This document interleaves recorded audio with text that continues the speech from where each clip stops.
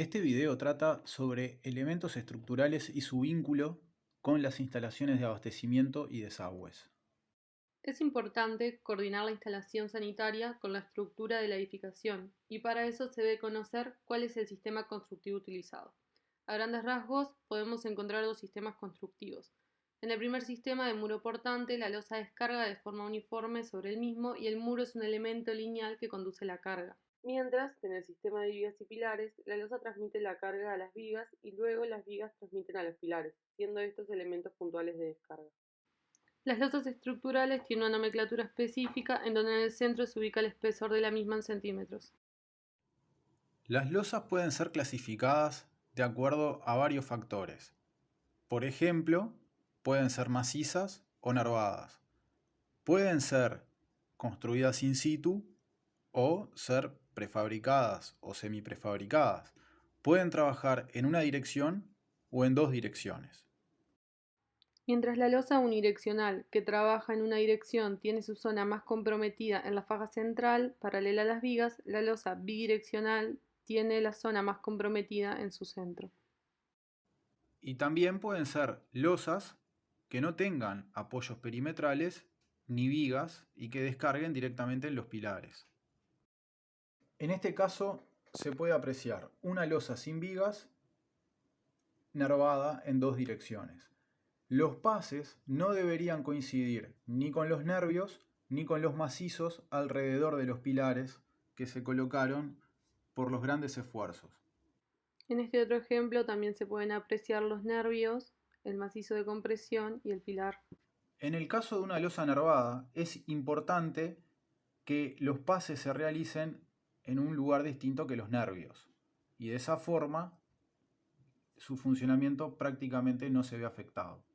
Cuando una losa está apoyada en su perímetro, un pase alejado del centro prácticamente no afecta el funcionamiento de la losa, pero un pase en el centro sí la afecta y puede condicionar el dimensionado de la misma. En el caso de las losas sin vigas, es importante que la descarga se produzca hacia el pilar a través del perímetro crítico sin accidentes. Un hueco cerca del perímetro crítico es un accidente y la norma uruguaya lo prevé de la siguiente manera. El hecho de tener un hueco cerca del perímetro crítico debilita el sistema. Por lo tanto, es importante que no hayan huecos cerca de los pilares o que los mismos sean tenidos en cuenta por el calculista. Es importante conocer las características de las losas, ya que dependiendo de esos factores es que podemos realizar pases en un lugar o en otro. En las losas sin vigas, alrededor de los pilares, se produce un perímetro crítico que hace que los pases sean peligrosos. En el caso de losas macizas, no se puede hacer una cavidad y construir la instalación por dentro de ella, ya que esto afecta su altura. Las vigas son elementos lineales que conducen cargas hacia elementos puntuales.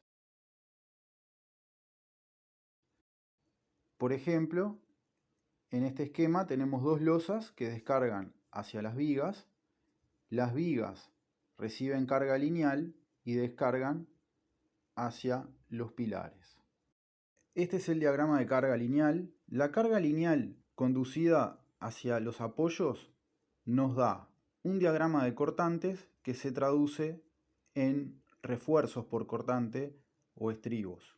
Y también se produce un diagrama de momentos que va a tener armadura longitudinal. Analizando la pieza en conjunto, vamos a tener una zona con refuerzos por estribos cerca de los apoyos y vamos a tener zonas de la viga con compresiones, a veces arriba, a veces abajo y armadura. Los pases o los atravesamientos de la viga deberían ser horizontales y deberían evitar que se quite zona comprimida. O sea que las zonas verdes no podrían perder hormigón, ya que se debilitaría muchísimo a la viga.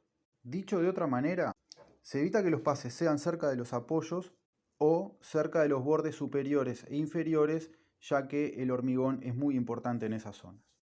A su vez, si el pase es en la zona superior, se corre riesgo de romper las armaduras.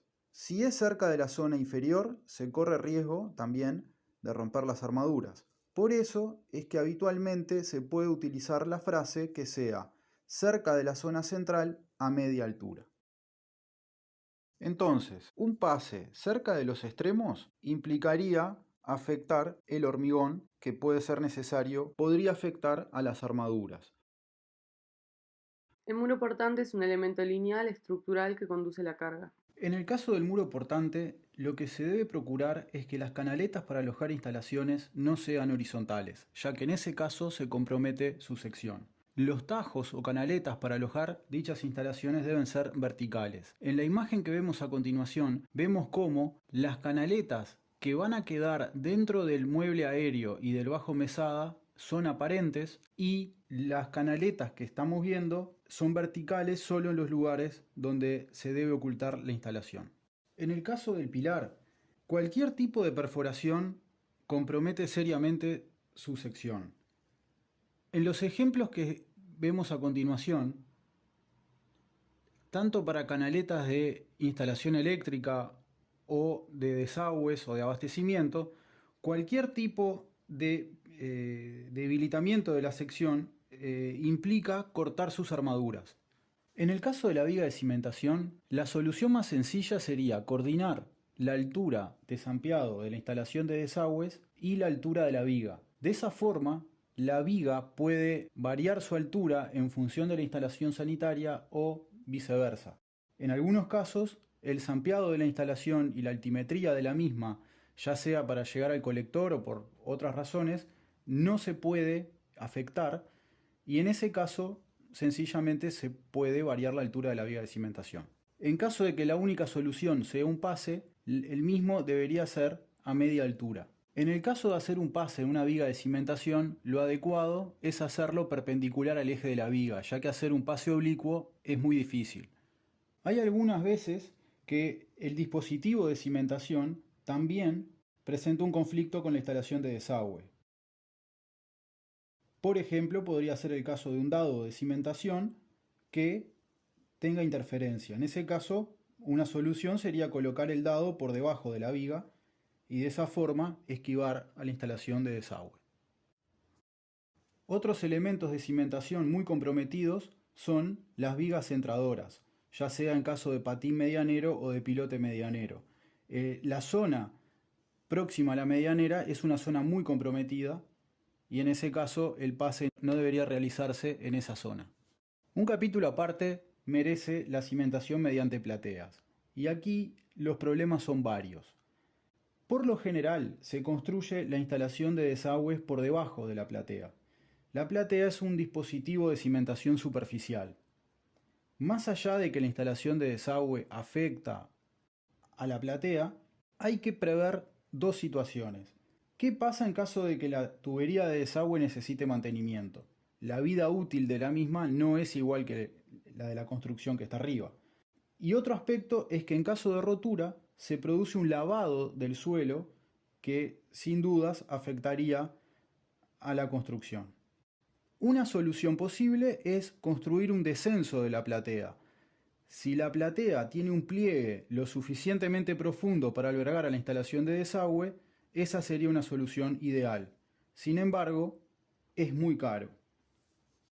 Una solución alternativa que no contempla todas las soluciones sería proteger el caño de desagüe, por ejemplo, con paredes de ticholo y un piso impermeable de hormigón, que en caso de rotura proteja al suelo de la platea y que, si bien el mantenimiento o la reposición de la tubería no va a ser posible, pero en caso de rotura el efluente estaría escurriendo hacia el desagüe y de esa forma se protegería el suelo.